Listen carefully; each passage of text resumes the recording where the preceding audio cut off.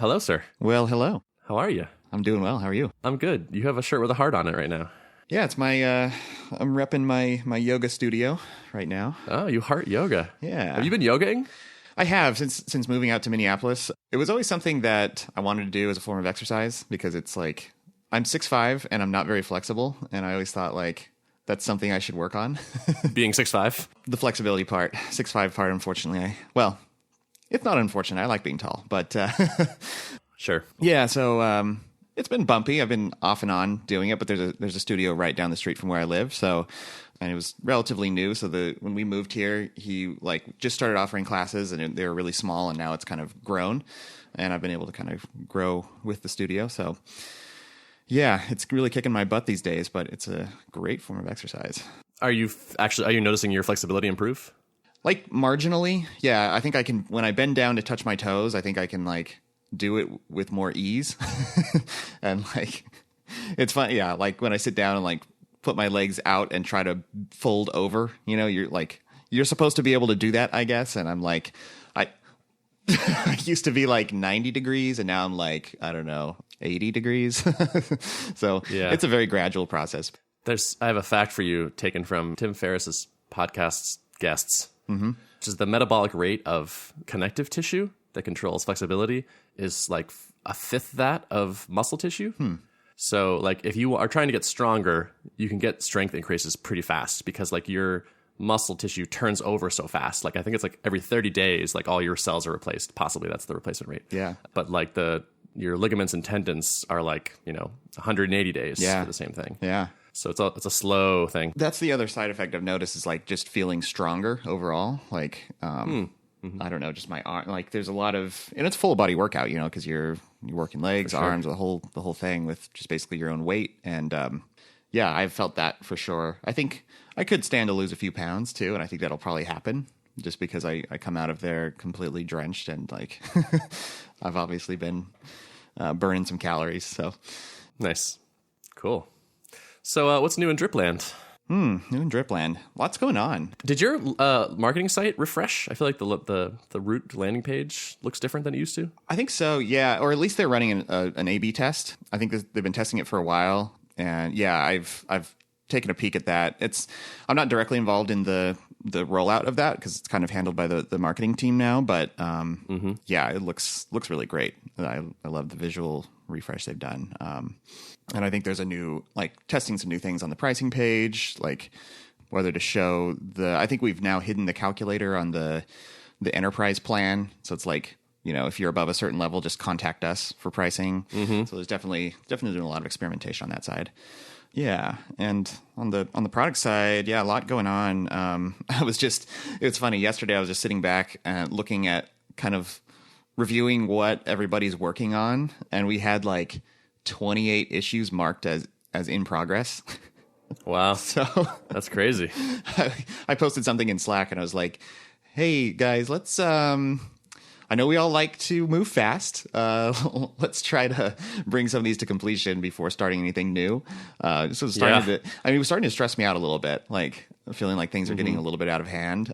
You get too many open threads and then like you may go a week without looking at one of them. So then you get back and the context switching gets more painful, So, but overall I think it's good. It's like we're still figuring out the best way to smooth out kind of not friction, but just like the inefficiency that happens when, three people are working on an issue and they're trying to hand it back and forth between all of them. So usually the designer takes first crack at the feature and he's like, all right, I've got the designs ready. And then that kind of goes through like a little bit of review and iteration with me and or Rob. And then it gets handed off to backend or JavaScript, depending on who needs to be involved. And they do some work and then maybe some things need to go back to the designer. So, it kind of bounces all around. And in the meantime, while the design part is relatively done, he moves on to start a new thing. So you kind of end up with this, like, if we're not careful, I feel like we may not get a handle on it. We may end up with some things that are like months old, which would be not good. So yeah. That's interesting. My reaction when you said 28 things was like, oh, that's awesome. You're doing so much at once. But your point about the context switching and all that makes a lot of sense. Yeah. And I think like I don't think it's necessarily bad. Like I know a lot of this is true for myself and true for other people on my team. Like a lot of times we like to have some longer running things running in the background and then also working on smaller wins, bite-sized features. So, I think it's valuable to maybe have a handful of things. Like, for example, our JavaScript engineer is working on kind of a refactor of our client JavaScript because it's like a 2,000 line long JavaScript file that doesn't have any like module packaging and doesn't really have great like automated test coverage. So we want to kind of like get that into its own repository, get real tests on it, integration tests, all that kind of stuff. But, that's not so urgent that he needs to work on that exclusively for the next 2 months, So it's just kind of like a background thread of when there's, when he's waiting on other people to work on some of his branches, he can switch over to that longer running task. So that makes sense. Yeah, and I think actually what's happened right now I'm thinking this through, probably some of the folks on the team have run out of some long running tasks. So now when they get to completion on one of their short tasks, they just move on to another one and another one and another one, Right. So maybe that's what I need to do is look for some background thread things for people to work on. Yeah. Is there a certain like layer that tends to block the others? Yeah, that's always morphing. Like, I think it depends feature to feature, really. I think design is often one of the quickest parts to get done once we've iterated on it because it doesn't involve unit tests and database migration, like all the things go into backend. So I think that usually backend is kind of the bottleneck, but yeah, it really varies. Yeah. I remember in my ThoughtBot days, we would try to have 2 developers per designer generally. Yeah. That was usually about right. And design would try to stay a couple weeks ahead of development, like working really closely with like the stakeholder / client person. That seemed to work pretty well. Was there like always like a stream of bite-sized, on a typical project where like a stream of bite-sized things that the designer could stay a couple weeks ahead on, and they're just like designer and developers are kind of marching along at the same cadence? Or were there times where the designer was like, all right, I've done all the design work. Now you guys need to, catch up? Or I think sometimes that would happen. It usually stayed like, I guess it would depend on the project. I don't recall designers getting like stuck with nothing to do very often. Yeah. And I feel like we usually stayed like roughly the right distance from them. And then if there was sort of a lull, there's almost always something you can go back and polish up that you have been meaning to do. That's kind of like a long running thread, I guess, of like, all right, now that core functionality is built, like go back and refine. And so actually to that end, we're adding another designer next week. He's first day starting. So now we're going to have two designers on the team. Nice. Yeah. It'll be nice to have some redundancy there. And, obviously to be able to work on more work, and also for our existing designer to have someone to kind of bounce ideas off of. I think that's really valuable too. Totally. That was always something that was almost never happened on client projects because they're like, well, we have a designer. We don't need a second one. But you're right. It's super nice to have a colleague that understands all your work and you can pull them over and such. Yeah, totally. Like it would be hard to... It's hard to put myself in his shoes because there's so many of us, so many developers on the team. You can always pull someone aside and interface, but he's kind of, I can serve that role a little bit, but I've got a lot on my plate. So it'll be nice to, have someone dedicated to that, to work with him. So yeah, that's cool. I keep noticing these little changes in the interface, and it's nice. Just these little tweaks, and it's getting a little cleaner, a little better. It's awesome to see. Yeah. Oh, it feels so good. Like I love the visual refreshes, and there's more coming. Like we have, you probably noticed the campaigns page in Drip. The list of campaigns has a new design, and we call it like our resource list design because it's like a list of resources and can be applied to any place where we need to list things like that. And we started with the campaigns page, and that's going to gradually get rolled out everywhere. So I think subscribers list is next. Cool. I was just QAing that yesterday, and it looks so good. I was sitting back looking at the subscribers page, like, dang, this looks so much better than it did before. That's awesome. Yeah. That was always my favorite part about having a designer on the project was just like, you'd like pull, like you get pull, and all of a sudden like, you're like, oh, wow, look at this page. Yep, totally. Awesome. Totally. So cool. A good Drip support experience this week. Yeah. I went to add an email to a campaign. And there's like a little bit of copy on the list of emails that says there are 700 people that have completed this campaign already. If you add an email, they'll get it immediately. And so I added the email, and no one got it immediately. And I was like, wait a minute. It's not actually immediately. It's immediately, but sensitive to the time settings. At the next set time of day. Yeah. Yeah. And so I just sent a little message over to on the live chat, and somebody responded. I was like, oh, yeah, I get that. That makes sense. And the next day they followed up like, by the way, we changed that. Thanks for letting us know. And I was like, oh, that's cool. Like, that's awesome to see that, like, the follow-up was nice. Yeah. Yeah, Rob actually, that made its way to Rob because he kind of filters a lot of like feature requests. And I don't know if I would call that a feature request, but it's like kind of a bug report, I guess, of sorts, of UI copy. And so it made it to him, and then he was like, hey, check this one out. He was like, anytime I see a name I recognize, awesome. Look at it. Priority processing. Yeah. Well, that was very cool. I was impressed. Yeah, it was interesting. Like that one, I was trying to think through, how did we end up with that copy in place that said immediately, even though it wasn't totally accurate? And I'm guessing that we did that because it's kind of like an attempt to keep people from shooting themselves in the foot. Like if we don't make it sound like it may go out immediately, then someone might drop something in, and then lo and behold, the next set time of day for a particular subscriber was like 5 minutes from that time, you know? And so we didn't want people thinking that they could drop something in and not expect it to go out soon. Right. But anyone who's taking it super literally could run into what you ran into. So yeah, cool. Well, props for being on that so fast. So I interrupted you. You were saying something else. Oh no, I was going to say I had one other drip anecdote was over the weekend I was kind of inspired by your follow up upon signing up to your newsletter, actually, where you sent an email and you're like, hey, here's some things you might find interesting. And it was just like some of your greatest hit posts or whatever. And I was like, I should at least be doing that. I have on scalingsaas.com, I have a opt-in form. I refined some of the copy on there. Hopefully it's more enticing now. Nice. Before it was just like join the insiders. It was like very, not email marketing best practices for gathering opt-ins, I guess. So I tried to make it a little more enticing, and then I was like, okay, I should at least send an email following up, welcoming the person or whatever, and maybe sending an interesting link. So I was like, okay, I'm going to go in and set up a workflow based on submitting this form, and I'm going to send a one-off email, and maybe I'll, use a trigger link in there if they click the link to tag them based on like what I think they might be interested in. And I was just like, I spent like an hour setting this stuff up, and overall, like, it was really fun. Like, I realized that most of the time I'm so busy like building the means of production, I'm not actually using them very much. And yeah, totally. It was just a good reminder of like, if you're building a product, you should be using it, relatively often, just to be feeling what your users are feeling. And I did, like, in the process, I noticed a few things that were not super smooth.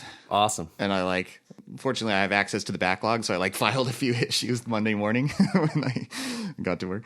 And then other things that we had just suspected would be handy, like, if you're creating a workflow and you want to send someone into a campaign, but that campaign doesn't exist yet, you should be able to click, send a campaign, and then type in a name of a campaign and just click create and have it create it in the background. Because that's if you're in the mindset of I'm setting up this workflow and there's certain campaigns that need to get sent, but I haven't written those yet, then it's a bad experience to tell someone go click over to the campaigns tab, create it, and then come back, right? Yeah. And I ran into that. I was like, I should send some follow-up emails at this point. I need a campaign for that. And I was like, wouldn't it be great if I could just, boom, do it here? So yeah, totally. I got one more that's like that, by the way. Activating a form. It's this workflow won't happen until you actually activate the form. Click here to activate the form, and then it takes you over to the form. And you're like, oh, activate it here, I guess. Yeah. I mean, maybe you want people to go in there and look at it. I don't know, but that's just something I noticed the other day. Maybe you click it and it's like, are you sure this is all set how you want or something? And it's like a little helper copy, but yeah. Yeah. So that was fun. That's it. That's great. That's a good dog fooder experience. And that's, Lead Pages, to their credit, very strongly pushes dog fooding their own products, and they're like, every employee gets a free drip and Lead Pages account to toy around with. And, because I think they recognize the value in that. So anything else new in your world? I think that's it for me. I'm anxious to hear how your last week of unemployment has gone. Dude, it is a roller coaster. It is really hard. It's also good. It's also really hard. I'd say my stress level is like 5 times higher than my normal baseline, probably. Okay. All right. Somewhere in there. Maybe less. I don't know. So what is it like? So what did I do? This week I actually like started working at the co-working space, which is good. Started meeting some people and like going to some of their like mixer type events. And all that was good. That's like a big improvement over, let's say, Starbucks, for example. I've been very much in like exploration mode still. I started like the best things I did, I would say, have been like emailing people on my list and like saying like, so I sent an email to everyone saying like, here's the first thing I'm thinking about doing, which is the Vim course. Here are some details about what happened, like me leaving Thoughtbot, and got a bunch of feedback from that. And I was like, I should just tell people everything I'm thinking about doing. And so I sent another follow-up and was like, here's 8 different things I might do. And that was like way better, actually. It's like giving people like a menu of different things. And I was just kind of like, do any of these say like, shut up and take my money to you? Right. Yeah. And some very clear front runners emerged. And it's basically so the top 3 were, 2 of them were educational and then one was a product. So there's refactoring from good to great was this talk I gave a handful of times and is like probably my most popular YouTube talk of all time. And so I pitched people on a course that was just like an expansion of those topics. And also a book called The Tiny Book on Faster Rails Tests for speeding up your Rails test suite. And then the Rails SaaS starter kit. So if you're going to build a SaaS in Rails, like here's like the first 100 hours of work done for you, basically. And those were all like pretty popular. And it's funny. So I went back and watched the refactoring from good to great talk. And it's pretty good. I still like remember what's in it, but like I didn't remember much of the details. Yeah. I guess that contradicts. I remembered the general flow. But watching it, I was like, this is pretty solid. Like, I could see why people like this. That's good, because sometimes it can be the opposite, like going back and reading, like looking at code you wrote a month ago, where you're like, this is crap, But at least your advice like is timeless. It sounds like. Yeah, or at least I still agree with it now. Yeah, there are some things I would soften, and I always find that to be true for me. Like when I go back and read old blog posts, I almost always think like, well, I was so sure of that right then, and a couple of years later, now I'm thinking like, it's not always like that. Right. So there were a couple moments in the talk where it's like, you should do this. And I'm like, well, maybe. Like sometimes, yeah. But the overall, it was good. And so I'm liking more and more the idea of that as a first product. So let me zoom out, actually. So it's my second week, I think, of no job. And yeah, man, it is tough. The isolation is real. Yeah. It helps meeting people in the co-working space. It's like having friends. I'm like reaching out to everybody for like random calls during the day or like lunch or coffee, and all that is helping, but it is still definitely hard on me. And so I've been, like I said, definitely stressed about it. And I was thinking about it a lot last night. And the thing that I came up with that seems to like have my mind most at ease is kind of reframing it a little bit, which is like, I'm going to spend 3 months and launch one thing and then reevaluate. Yeah. Because right now thinking about like, and now you have to do this forever and you have to make this work is like, sounds so stressful. Like that makes it feel much worse. Yeah. And I think, and like, I also am aware that like, this is probably the hardest part where like, I'm not established. I don't have routines. I'm not friends with a bunch of people at the place, things like that. And like, also like there's the most uncertainty. So I suspect it will get better, but still the idea right now of like, do this for years is like, oh my God, that sounds kind of horrifying. Yeah. So to calm myself down, I think I'm going to basically try to time box it and say like, so I'm thinking about so the refactoring from good to great course, for example, has some really nice qualities, which is I could make it and it would stay pretty evergreen and require almost no work to keep going. So if I launched it, and at that point I was like, cool, I want to go get a job now. Turns out this is too isolating. I haven't found a co-founder to work on a thing. The idea has not presented itself. Then that thing can just keep going. And I'll have put something good out in the world. It will help, build my audience and brand. And I think I could feel good about, like, I wouldn't need to, like, abandon or sell that. Sure. So I think and it also feels manageable. Yeah. Like, making video content for Ruby programmers, I can do that. So I have shrunk my scope in my head. And that seems to be helping a lot. I think that's good. Like we were talking about before, you can't You can't. It's really difficult, even in an established company like Drip. It's difficult to plan out and know exactly what's happening in the next 3 months. Markets change, new opportunities arise. Your own, like, how you're enjoying what you're doing is going to change. And I mean, that's one of the beautiful things about being independent is you can you can work on the things that interest you most. But then there's also that stress that you feel of like, okay, but I need my baseline. I need to support myself still, and you're kind of in that phase where you don't have total freedom yet because you're still trying to find something to give you that, to cut out your burn rate. Right.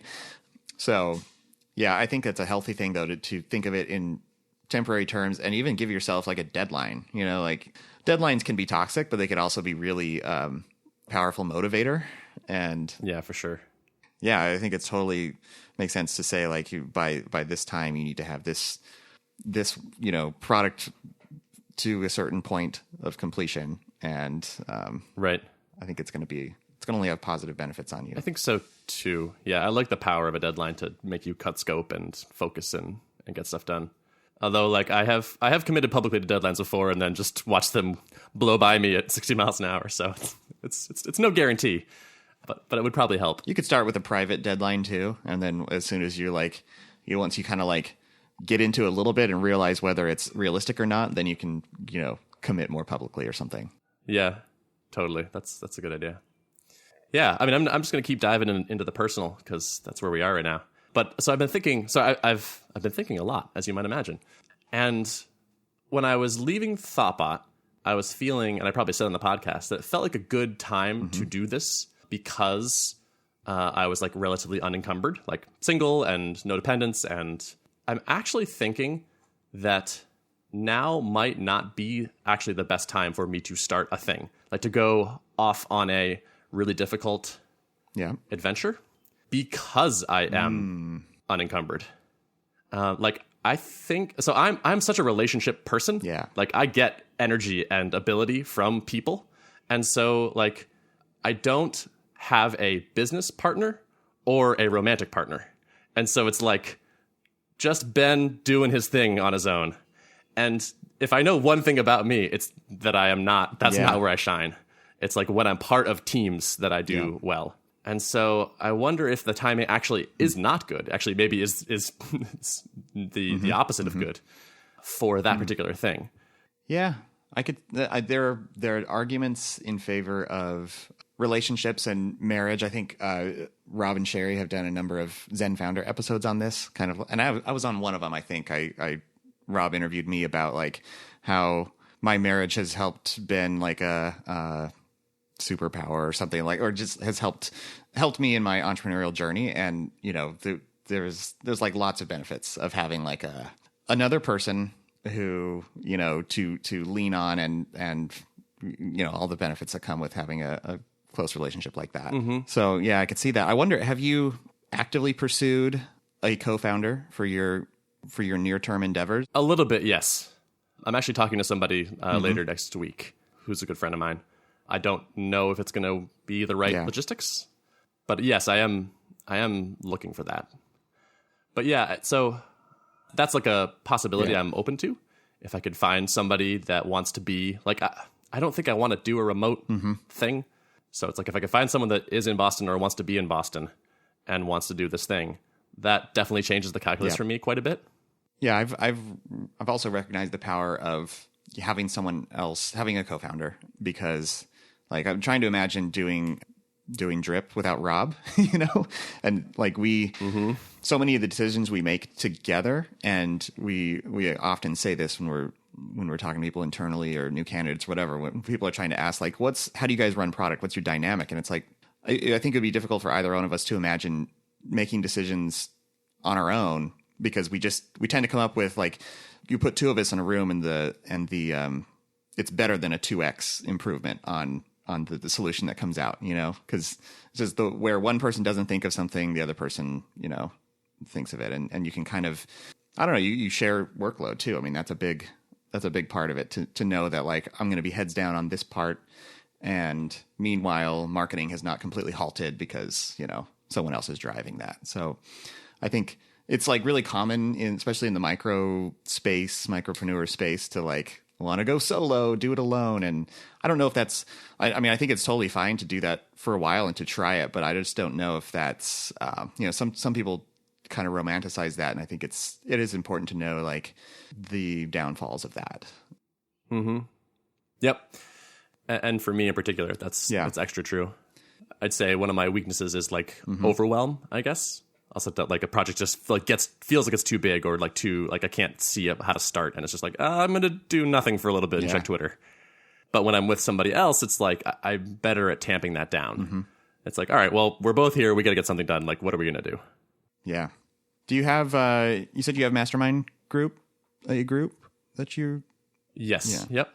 Do you find that provides any of the kind of support that?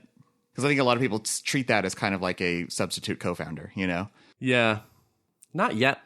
I've only done one, and we only meet every other week.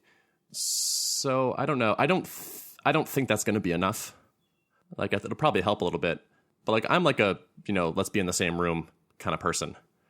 So I think I'm open to finding that. Like, that would be cool to find. That would definitely change how I was thinking about all this. But the number of people that I would like, I feel like I know well enough just to start a thing with is small, and the logistics are a little tricky. So I guess I'm going to not assume that will work out. If it does, that'd be cool, but that's all right if it doesn't. And I'm going to sort of plan accordingly for the latter. Well, I think it's a good, healthy amount of self-awareness that you have at this point. Yeah, dude, it's hard. It's hard to be like, I'm going to do X. And it's like, actually, a few weeks later, it's like, what if I didn't do X? Like, there's like this really strong brain thing going on where I'm like, I have to be consistent with the thing I said. Yeah. But I was talking to my roommate last night. He's like, you're a grown-ass man. You can change your mind. And I was like, I'm a grown-ass man. That's true. So I'm going to be open to changing my mind. Absolutely.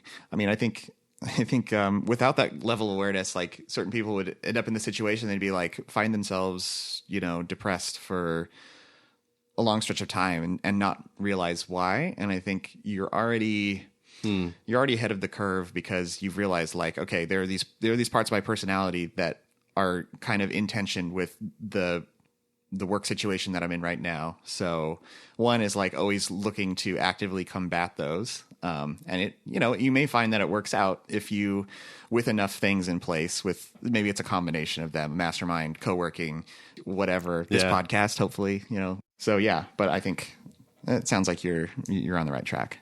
Yeah, I mean, it may be that everything improves, like you said, sufficiently.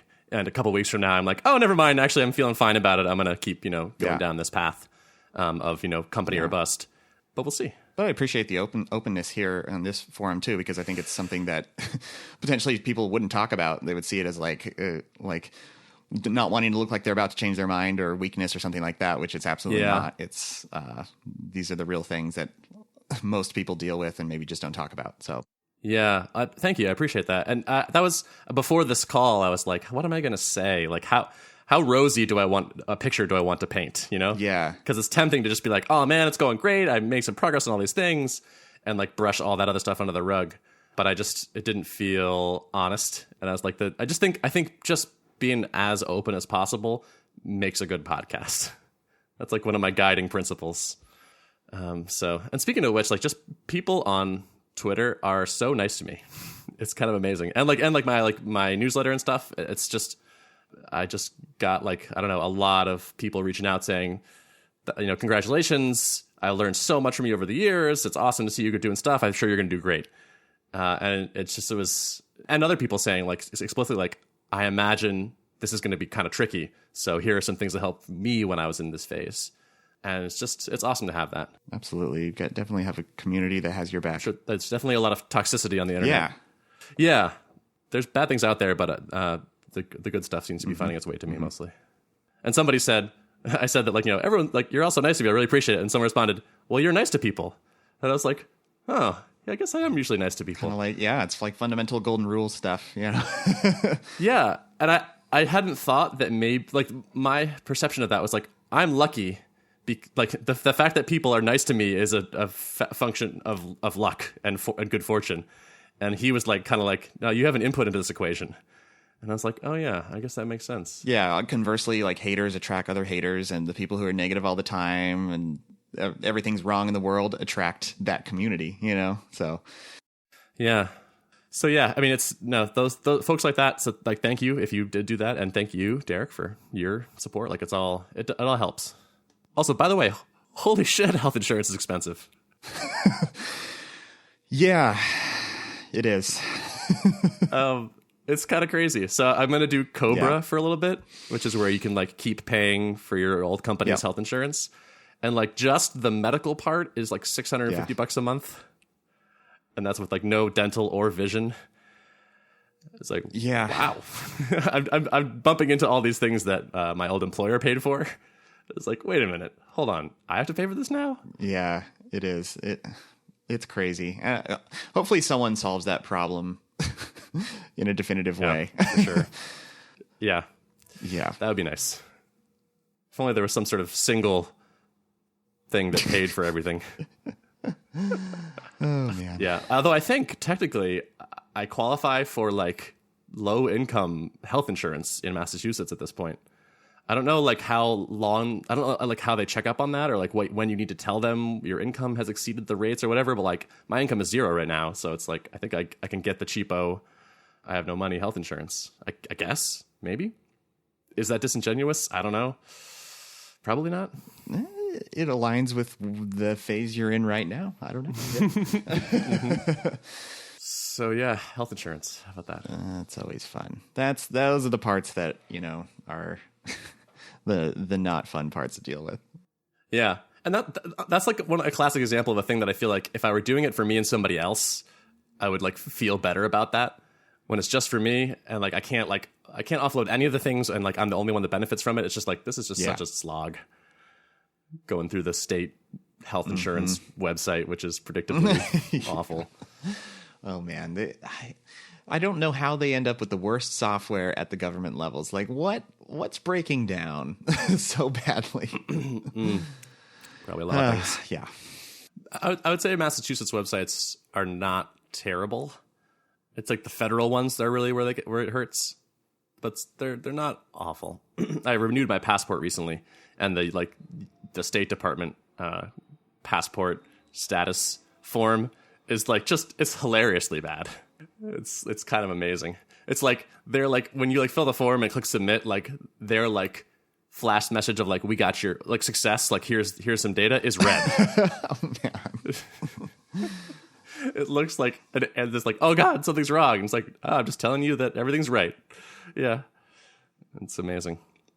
So yeah, I'm actually doing a call later today with Sherry, Rob's wife, because so for those who don't know, she does like coaching, entrepreneur coaching, and I've talked to her before, and I'm going to do it again, and I'll probably tell her some of these same things. But she's good in these situations. Yeah, that's a good one to be in touch with for sure. But I think, I don't know, so anyway, like last night I sort of came to this conclusion of what my current plan is, and I'm feeling better about it now. Like I'm thinking, I don't know, just it feels like a thing I can wrap my head around. Is like a video course for Ruby people. Yes, I can. I think I know all the pieces for that, and it's shippable in a reasonable time frame. I have some ideas for marketing it that I think could be fun. That's cool. So is that on your docket for like diving into that next week, you think? Yeah, I would say it is. Cool. I have this problem with committing to ideas, I think. Where it's like, like in the idea phase, everything sounds appealing, and I do get a little bit of that shiny object thing. So it's like right now, like that one feels really exciting, but like I have a hunch in 2 days something else will feel exciting.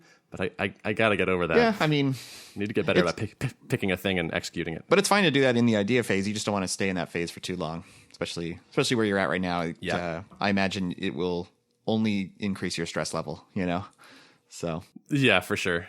Yeah, there's part of it is like fun, where it's like, oh, I could do anything, but also it's definitely it's kind of terrible. It's like, oh god, everything is quite large. Absolutely. But yeah, so I think actually I would say by next week next time we record, I would definitely want to have the idea chosen. Yeah. So let's say that. Sweet. Oh man, it was good too. talking to you. That was 38 minutes. It went by so fast. I know. It's a good one. Good chat. Yeah, good chat. I still don't know where our show notes are going to end up exactly. But by the time you hear the third episode, I think we'll probably have that result. Maybe the fourth episode. Yeah. Eventually, this podcast will get its administrative stuff together, and we'll tell you links and stuff. We are totally bootstrapping this podcast, as you can tell. Yeah. I don't know if anybody cares. Like, everyone knows where you can find show notes, right? Like, Google it. All right. Yeah. artofproductpodcast.com/something. Yep, you'll get there. You're smart internet consumers out there. Yeah, seriously. People don't need, Nope. They don't need us. All right, man. I'll talk to you next week. All right, see ya. Bye.